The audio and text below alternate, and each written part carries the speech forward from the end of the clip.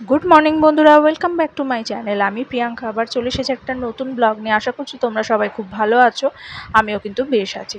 আশা করছি ব্লগটা ভালো লাগবে। ভালো লাগলে প্লিজ ভিডিওটাকে লাইক কমেন্ট শেয়ার করো আর সাবস্ক্রাইব করে আমার পাশে থাকতে পারো।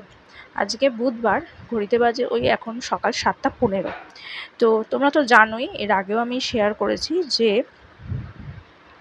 আমি গাছপালা বেশ ভালোই বাসি, আর গ্লোবাল ওয়ার্মিং নিয়েও আমার বেশ একটু সতর্কতা আছে। ওই জন্য বাড়িতে যতটা পারছি গাছের পরিচর্যা করে রাখারই চেষ্টা করি। তো আর সবথেকে বড় কথা যে জল ঠল যাতে বেশি নষ্ট না হয় সেই দিকটাও আমি একটু খেয়াল রাখি। তাই চাল ডাল ধোয়া জল আমি সবসময় কিন্তু এই গাছের গোড়াতেই দিয়ে থাকি। সেজন্য সকালবেলায় ভাত বসানোর পর চাল ধোয়া যে জলটা ওটা আলাদা করে বাসনে রেখে দিয়েছিলাম। রেখে কিন্তু আমি নিয়ে চলে এসেছি ছাদে নিয়ে চলে আসাতে আমি আগে জবা গাছটা একটু দিলাম, তারপর নীলকণ্ঠ গাছটার গোড়াতে জলটা দিয়ে দিলাম। আর এই যে দেখো আমার দুটো উচ্ছে গাছ, একটা বেশ বড় হয়ে গেছে, ওই যে দড়িতে উঠে লতিয়ে উঠেছে, আর পাতাগুলোও কিন্তু বেশ তরতাজা লাগছে। আর এইটা সবে বাচ্চা গাছটা। তো চলো, বাইরে কিন্তু বেশ গনগনে রোদ, আর সেজন্য আমি ছাদে বেশিক্ষণ থাকলাম না, নিচে চলে এসেছি। আমার সকালের ব্রেকফাস্ট অনেক কিছুই বানানো হয়ে গেছে, আর সেই সঙ্গে আজকে একটুখানি আলমারিটাকেও পরিষ্কার করছিলাম বলতে জামা কাপড় একটু সেগুলোকে একটু গুছিয়ে নিচ্ছিলাম। আর তারপরে রান্নাবান্না করে অনেকটা টাইম গেছে।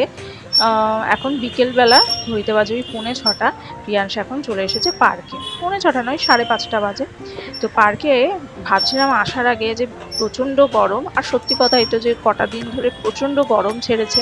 মাঝখানে একটু বৃষ্টিটা হয়ে পরিবেশটা ঠান্ডা হয়েছিল, আবার কিন্তু জেকেসে।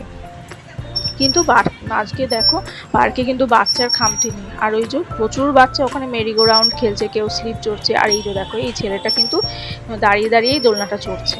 প্রিয়াংশও করে এগুলো মাঝে মাঝে, আর ওতে আর কি কিছু না, জাস্ট সাহসটা বাড়ে। তো ছোটোবেলায় এইসব আমরাও করতাম, এখানে ঝুলতাম ওখানে ঝুলতাম।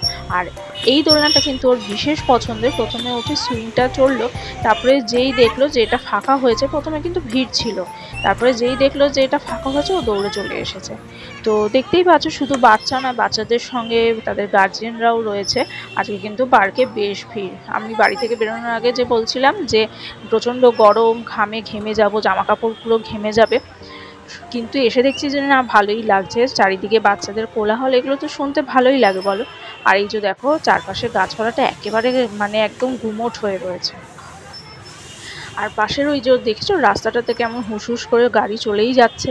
আর আজকাল দেখো গ্লোবাল ওয়ার্মিং নিয়ে এত কথা বলি বা এত গাছ টাছ লাগে, চেষ্টা করি সেটাকে মোটামুটি একটা করার জন্য, মেনটেন করার জন্য, কিন্তু আমার একার মেনটেনেন্সে কি হবে বলো। দেখো ওই যে পার্কের উল্টো দিকে যে বিল্ডিংটা হচ্ছে সেটা দেখতেই তো পেলে। ওখানে কিন্তু আগে একটা স্কুল ছিল, স্কুলটা এখনও বোধহয় অর্ধেকটা আছে, তবে সেরকম আর কি চলে না।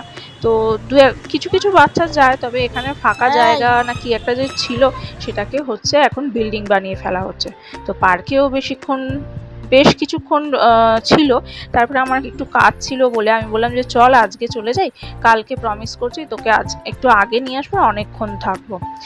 আর বেরিয়ে একটু দাঁড়িয়ে পড়লাম ফুচকার দোকানে। অনেক দিন পর মনে হচ্ছে যেন ফুচকা খেয়ে প্রাণটা জুড়িয়ে যাচ্ছে। পাশে একজন, আমি অবশ্য ফুচকা খাইনি, আলু কাবলি নিয়ে এসেছি এই যে। আর বাইরে কিন্তু শেষের দিকে ভালোই হাওয়া দিচ্ছিল, কিন্তু ভালোই লাগছিল, গাছের পাতাগুলো নড়ছিল, কিন্তু আমাদের গা পর্যন্ত আর এসে পৌঁছচ্ছিল না হাওয়া। তো যাই হোক, আলু কাবলি মাখছিল যখন, আর তার পাশাপাশি আরেকজন ভদ্রমহিলা ফুচকা খাচ্ছিল, দেখে তো জানোই যে ফুচকা তো কলকাতার এমন একটা স্ট্রিট ফুড যেটা মাউথ ওয়াটারিং, আর আটকানো যায় না। তো যাই হোক, দেখতে দেখতে দেখো নিয়ে চলে এসেছি। দাঁড়াও, এত কথা না বলে আগে একটু খেয়ে দেখি। দারুণ দারুণ। আর এই বোকা ছেলেটাকে দেখো দিচ্ছি, ওই ঝালের ভয়তে খাবে না আর কি, ওই কুচো লঙ্কাগুলো দেয় ওই ভয়তে খাবে না। তো আলু কাবলিটা শেষ করে কিছুক্ষণ পরে একটু চা নিয়ে চলে এসেছি। তোমরা তো জানোই যে লিকার চা, অল্প একটু চিনি, কখনো কখনো আবার চিনি দিও না, সেটা নিয়ে চলে এসেছি। ভাবছো যে আলু কাবলিটা খেয়ে তারপরে চা নিয়ে বসলাম, ওই জন্যই দুধ চা খাই না, লিকার চাটা খাই, তাতে কোনো উপসর্গ হয় না, সরি। আর এই দেখো, এটা হচ্ছে পরের দিন সকালে, এই বৃহস্পতিবার। দেখো একটা জিনিস, গাছের কিন্তু সেদিনকে সার দিয়েছিলাম আর বেশ স্প্রে করেছিলাম, বলতে নেই দেখো কতগুলো কুড়ি এসেছে। তবে এই গাছটার বয়স জানো তো 2.5 মাস। তবে একটা জিনিস আমার খুব দুঃখ লাগে যে এই 2.5 মাসে মোটে একদিন একটা ফুল পেয়েছি, যে জন্য গাছটা আনা। প্রথমত বাড়িতে একটা গাছ লাগানোর উদ্দেশ্যেই আনা, আর দ্বিতীয়ত ফুল হলে ঠাকুরকে দেওয়া যাবে, মা কালীকে দেওয়া যাবে, সেই উদ্দেশ্যে আনা। কিন্তু যত কুড়ি ওই একটা ফুলের পর আসতো সব পাখিতে খেয়ে নিত। ওদের জন্য জল মুড়ি, এর আগে যখন প্রচণ্ড চাঁদি ফাটা গরম ছিল তোমাদের তো দেখিয়েছি, জল মুড়ির ব্যবস্থা করতাম, ওই রেলিংটার মধ্যে রেখে দিতাম যাতে ওরা ওখানে বসে বসে টুকটুক করে খেতে পারে। কিন্তু ওরা ওই সব খাবে না, ওদের হচ্ছে আগ্রহ যতই জবা গাছের কুড়িগুলোর মধ্যে। তো পাখিদের নাকি না এটা খুব প্রিয়, জবা গাছের কুড়ি, গাছের পাতা এসব খায়। এই দেখো এই দুটো তুলসী গাছ সেদিন লাগানো হয়েছিল, ওপরেরটা যাও ছাটমুন্ডির মতন রয়েছে আর নিচেরটা একদমই নেই, ওই পাখিতে খুঁটিয়ে খেয়ে নিয়েছে। আগে হলে নাও বুঝতাম যে না বড় ইঁদুরগুলো দরজার ফাঁকা পেলে ছাদে উঠে আসে, সেগুলো খেয়ে নেয়, কিন্তু এখন আর ইঁদুরের উপদ্রব নেই। আর নীলকণ্ঠ গাছটা তো ওই যে দেখছোই তরতাজা হয়েছে, কিন্তু ওই ফুল 9 মাসে 6 মাসে হয়তো একটা ছোট্ট ছোট্ট ফুটে। আগে যে কি অপূর্ব করে রোজ 6টা 7টা 8টা করে ফুটতো, দেখে চোখটা জুড়িয়ে যেত আর মনটাও ভরে যেত। আর এই যে সকালবেলা এখন ঘড়িতে বাজে ওই 6:45, ঠাকুরকে বাল্য দেওয়া হয়ে গেছে, ঠাকুরগুলোরও গরমে চুলগুলো বেঁধে দিয়েছি। সেদিনকে এক বাক্স মানে ওই 1 বোতল আর কি এনেছি ঠাকুরের চুল বাঁধার গার্ডার, সেগুলো এখানেই রেখে দিয়েছি বাক্সর মধ্যে, সেগুলো আর আমি ইউজ করব না, তাহলে তো যখন তখন ঠাকুরের কাজে লাগাতে পারবো না, ওই জন্য এইখানেই রেখে দিয়েছি। আর এখন বাল্যটা দিয়েছি, কিছুক্ষণ দরজাটা বন্ধ করে রেখেছিলাম, ঠাকুরকে একটু নিজের ব্রেকফাস্টটা সেরে নেওয়ার সুযোগটা দিলাম। তারপরে এই যে একটুখানি ধূপকাঠি আর প্রদীপ দেখিয়ে নিলাম, দেখিয়ে নিয়ে কিন্তু এখন ভোগটা সরিয়ে দেব।